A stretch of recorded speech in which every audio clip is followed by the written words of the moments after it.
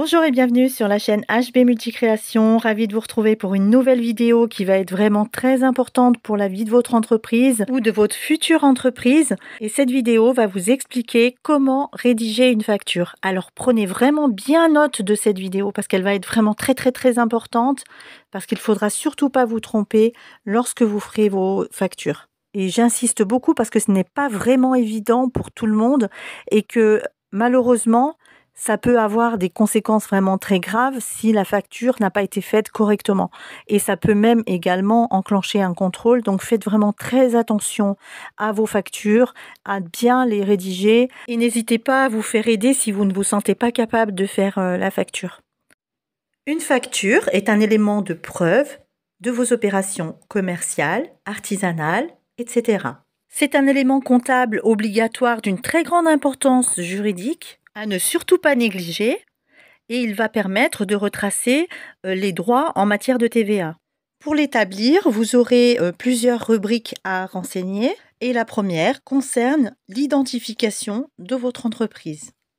Donc, c'est-à-dire que vous devrez renseigner vos noms, prénoms ou dénomination sociale si vous êtes une société, précédé, comme on l'avait vu dans les vidéos précédentes, de votre statut juridique. Donc si vous êtes micro-entrepreneur, donc ce sera votre nom, prénom suivi ou précédé de EI ou alors entreprise individuelle. Vous devrez également noter votre nom commercial si vous en avez un, votre adresse professionnelle, votre numéro de téléphone, votre mail, votre numéro de SIRET que vous aurez lorsque vous aurez créé votre entreprise, votre site internet si vous en avez créé un, et la mention RCS, donc Registre du commerce et des sociétés et la ville du greffe, ou RM, Registre des métiers et le département d'immatriculation. Si vous relevez d'une profession où l'assurance est obligatoire, notamment pour les artisans du bâtiment dans le cadre de la décennale et pour les micro-entrepreneurs, vous devrez renseigner les éléments de votre assurance en bas de votre document. La deuxième rubrique est l'identification de votre client. Donc vous devrez renseigner ses noms, prénoms et adresses. Et à savoir que si c'est un professionnel, vous devrez établir la facture en double exemplaire et noter tous les renseignements de l'entreprise. Dans la troisième rubrique, vous devrez noter les renseignements de facturation.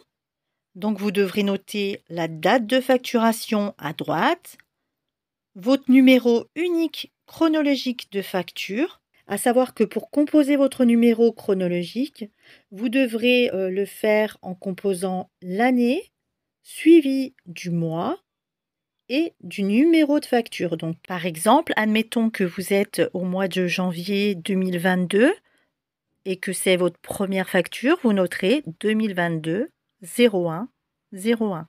Si c'est votre 8e facture du mois de janvier de 2022, vous noterez 2022 01 08. Si c'est le mois d'août de 2022 et que c'est votre première facture, vous notez 2022 08 01, etc.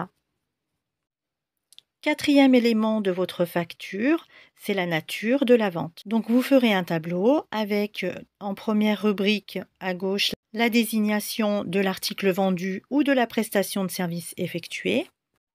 Une autre colonne avec le prix unitaire hors taxe et les réductions éventuelles. Une autre colonne avec le nombre d'unités. Une autre colonne avec le prix total hors taxe.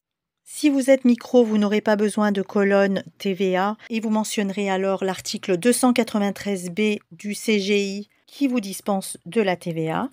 Si vous n'êtes pas micro et que vous relevez de la TVA, vous ferez une colonne TVA et une colonne toutes taxes comprises, donc un total TTC. Donc le total TTC, c'est le prix total hors taxe, donc sans la TVA, plus le total de la TVA. En bas à gauche, vous noterez les dates de règlement et d'exécution, la durée de garantie légale ou l'absence si vous ne proposez pas de garantie. Pour la cinquième partie, que vous placerez en bas à gauche sous votre tableau, nous allons trouver les conditions de paiement. Donc dans ces conditions, vous allez préciser les modes de paiement acceptés, l'application éventuelle de pénalités en cas de retard de paiement. Il faudra alors préciser les conditions, c'est-à-dire le taux appliqué et la date à partir de laquelle les pénalités seront appliquées. Vous préciserez également les conditions d'acompte avec le taux et les dates d'appel d'acompte. Vous préciserez également l'escompte ou non en cas de paiement anticipé. La 6e rubrique concernera la précision de l'assurance obligatoire, notamment pour les artisans du bâtiment pour laquelle la décennale est obligatoire. Pour la responsabilité civile professionnelle, vous préciserez alors l'assureur et la zone de couverture. On récapitule donc avec un petit schéma. Donc tout en haut à gauche, vous avez la première partie, donc qui correspond à l'identification de votre entreprise.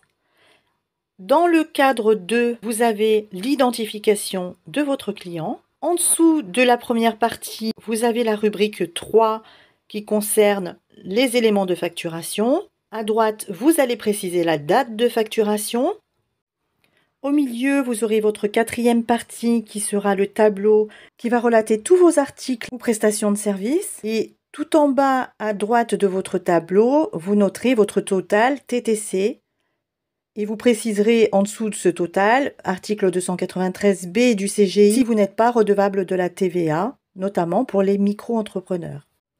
En partie 5, vous noterez vos conditions de paiement et conditions d'acompte ou escompte. Et en partie 6, vous préciserez votre assurance professionnelle et sa zone de couverture. À partir du 1er avril 2023, il ne sera plus obligatoire d'imprimer votre ticket de caisse ou de carte bleue, sauf pour les biens durables et pour les articles qui nécessitent une garantie. Maintenant, je vais vous parler de quelque chose de très important. Lorsque vous établissez une facture, vous ne devrez surtout pas modifier une facture initiale. Donc, c'est-à-dire que si vous faites une erreur, vous devrez recommencer et faire une facture rectificative, que vous appellerez facture rectificative, numéro, en rappelant le numéro de la facture initiale. Idem si vous avez des acomptes, vous faites des factures différentes avec des appels d'acompte et vous faites une facture acquittée pour chaque facture pour laquelle vous avez un appel d'acompte. Pour chaque facture acquittée, vous devrez préciser la date de l'établissement de la facture en mentionnant la date de règlement par votre client et le mode de paiement effectué. Faites-vous un classeur de factures car il faudra bien les conserver précieusement et à savoir que la période de conservation fiscale obligatoire est de 6 ans. Donc on pourra vous les réclamer à n'importe quel moment pendant cette période. Donc faites bien attention à vos factures et à être rigoureux dans l'établissement de celles-ci.